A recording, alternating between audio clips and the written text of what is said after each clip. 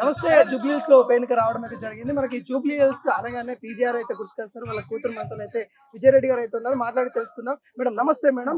ఎలా చూస్తా ఉన్నారు? ఉప ఎన్నిక బరిలో నవీన్ యాదవ్ గారు అయితే ఉన్నారు. మీ అభ్యర్థి ఏ విధంగా ముందుకెళ్తున్నారంటే ఏం చెప్తారు? ఈ రోజు మనం ఒకటి తెలుసుకోవాలండి. కాంగ్రెస్ పార్టీ ఎప్పుడు కూడా ప్రజల మధ్యలో ఉంది, ప్రజలకు సేవ చేసుకుంటా ఉంది. సరే 10 ఏళ్లలో మేము అధికారంకి దూరం అయినప్పటికీ ప్రజల మధ్యలో ఉన్నాము. ప్రజల మధ్యలో ఉన్న నాయకుల్లో నవీన్ యాదవ్ కూడా ఒకరు. కాబట్టి ప్రజలు అది గమనిస్తున్నారు. కాబట్టి ఎలక్షన్లు ఎక్కడైనా పోనీయండి, కానీ జూబ్లీహిల్స్ కాన్స్టిట్యున్సీ అనేది కాంగ్రెస్ పార్టీ అడ్డా, పీజీఆర్ గారి అడ్డా. ఆ పీజీఆర్ గారి అడ్డాలో మళ్ళీ ఒకసారి కాంగ్రెస్ పార్టీ గెలిచి చూపిస్తారు. కారు కావాలా, బుల్డోజర్ కావాలా అని అడుగుతా ఉన్న పరిస్థితి కనబడతా ఉంది. నిన్న చేసిన వ్యాఖ్యలను ఎలా చూస్తా ఉన్నారు? సరే, చేయాల్సినప్పుడు అడగాల్సినప్పుడు అడగలేదు మీకేం కావాలని. ఇప్పుడు అడుగుతుంటే ప్రజలందరూ కూడా ఏం చెప్పాలో సమాధానం అర్థమైతలేదు వాళ్ళకి. డెఫినెట్ గా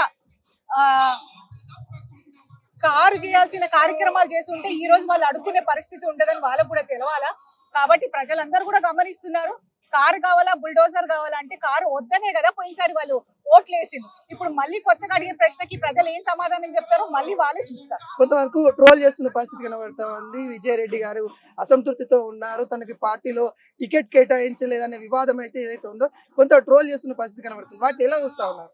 నేను కూర్చు చెప్పినాను, జూబ్లీహిల్స్ లో నా పేరు అక్కడ ఇక్కడ ప్రస్తావన వచ్చినప్పుడు నేను ఒకటే చెప్పినాను. నేను ఖైరతాబాద్ లో 14 ఏళ్ల నుంచి నా కెరియర్ స్టార్ట్ చేసింది ఖైరతాబాద్ నియోజకవర్గం. అక్కడనే స్టిక్ ఆన్ అయితే ఈ జూబ్లీహిల్స్ డెఫినెట్ గా పీజీఆర్ గారి అడ్డా, కాంగ్రెస్ అడ్డా. ఇందులో కాంగ్రెస్ నాయకులు ఎవరు పీజీఆర్ ఆశయాలు ముందుకు తీసుకొని వెళ్తారు, వాళ్ళే వారసులు అవుతారు. నవీన్ యాదవ్ ఆ బాటలో నడుస్తున్నారు. రేపు మనకి రిజల్ట్స్ రూపాయలు తెలుస్తాయి. అంటే ఎలా చూస్తారంటే ఒక బీసీ నేతకి ఇవ్వడాన్ని చాలా సంతోషం అనిపిస్తుంది. ఎందుకంటే నవీన్ యాదవ్ కూడా ఒక యువకుడు, చాలా ఏళ్ల నుంచి ప్రయత్నం చేస్తా ఉన్నాడు. వాళ్ళ ఫ్యామిలీ కూడా మాకేం కొత్త కాదు. వాళ్ళ నాన్నగారు కూడా పీజీఆర్ గారి శిష్యులే. ఇక్కడ జూబ్లీహిల్స్ అనేది ఒక కుటుంబం లాంటిది. సరే, అందరం కలిసి పీజీఆర్ ఆశయాల కోసం, సాధన కోసం ముందుకెళ్తామని నవీన్ యాదవ్ గారు డెఫినెట్ గా చెప్పారు. అదే బాటలో మేము కూడా వాళ్ళకి సపోర్ట్ చేయడానికి ఈ రోజు జూబ్లీహిల్స్ కాన్స్టిట్యున్సీకి వచ్చాము.